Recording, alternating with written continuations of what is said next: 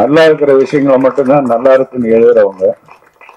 இந்த படம் கண்டிப்பா நல்லா இருக்கும் அப்படிங்கிறது ஒரு நம்பிக்கை. அதை பெரிய லெவலுக்கு கொண்டு போறது உங்க கையில இருக்கு. கவிதா என்கிட்ட வந்தப்போ சின்ன பொண்ணு. நான் அதுகிட்ட இருந்த துடிப்பு, அதனுடைய ஸ்பீட், அதோட சுறுசுறுப்பு இதெல்லாம் பார்க்கும்போது ஒரு வேற லெவலுக்கு போக வேண்டிய ஆளு இங்க இருக்கக்கூடாது அப்படின்னு நினைச்சிருது உண்டு.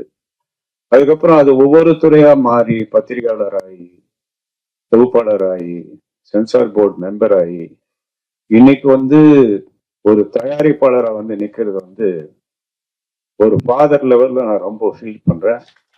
இது எல்லா பெண்களுக்கும் ஒரு இன்ஸ்பிரேஷனான ஒரு விஷயம். இந்த ட்ரெய்லரை பார்த்தோம், வெரி இம்ப்ரெசிவ்.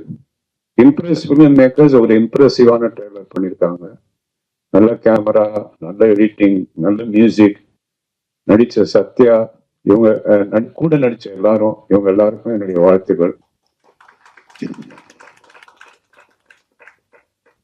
ரெண்டாவது, இதுல இந்த படத்தை சக்தி பிலிம் ஃபேக்டரி ரிலீஸ் பண்றான்னு சொன்னாங்க.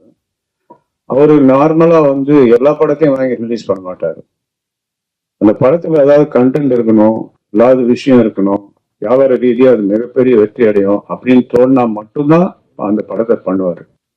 அந்த லெவல்ல இந்த படத்தை அவர் பண்ணியிருக்காருன்னா அந்த படத்துல கண்டென்ட் அதை விரும்பி அவர் ரிலீஸ் பண்றாரு. அவர் நினைச்ச மாதிரி இந்த படம் மிகப்பெரிய வெற்றி அடையணும். கவிதா கண்டினியூஸா படங்கள் பண்ணணும். நிறைய பேர் கவிதா சொன்ன மாதிரி நிறைய யங்ஸ்டர்ஸ்க்கு, சின்ன தயாரிப்பாளர்களுக்கு உதவி பண்ணணுங்கிற ஒரு எண்ணம் நல்ல எண்ணம். தானு சார் இருக்காருங்க, நிறைய சின்ன ப்ரொடியூசர்ஸ் நிறைய ஹெல்ப் பண்றவரு. கவிதாவுக்கு சின்ன வயசுல நிறைய படங்களுக்கு தொகுப்பாளரா சான்ஸ் கொடுத்தவரு. அதே மாதிரி ஒரு இன்ஸ்பைரிங் டைரக்டர், ஆக்டர் யாருன்னா பாக்கியராஜ் சார். நாங்கெல்லாம் சின்ன வயசுல அவருடைய படங்களை பார்த்து இன்ஸ்பயர் ஆனது அவங்க எல்லாம் இங்க கவிதாவுக்கு வாழ்த்த வந்திருக்காங்கன்னா கவிதா மேல உள்ள ஒரு பிரியம். அதே மாதிரி அம்பிகா, அடுத்தது ரம்பா, இவங்கெல்லாம் கவிதாவோட டிராவல் பண்ண நல்ல நல்ல உள்ளங்கள். இவங்களுக்கெல்லாம் நான் தேங்க்ஸ் சொல்லிக்கிறேன். கவிதா மேலும் நிறைய படங்கள் எடுத்து நல்ல கதைகளை சின்ன படமாக எடுக்கட்டும், பெரிய படங்கள் எடுக்க வேண்டாம். அந்த படங்களை வெற்றியாளர் செய்யறதுக்கு சக்தி இருக்காரு கூட. அந்த சக்தியை உபயோகப்படுத்தி பெரிய படங்களாக்குங்க.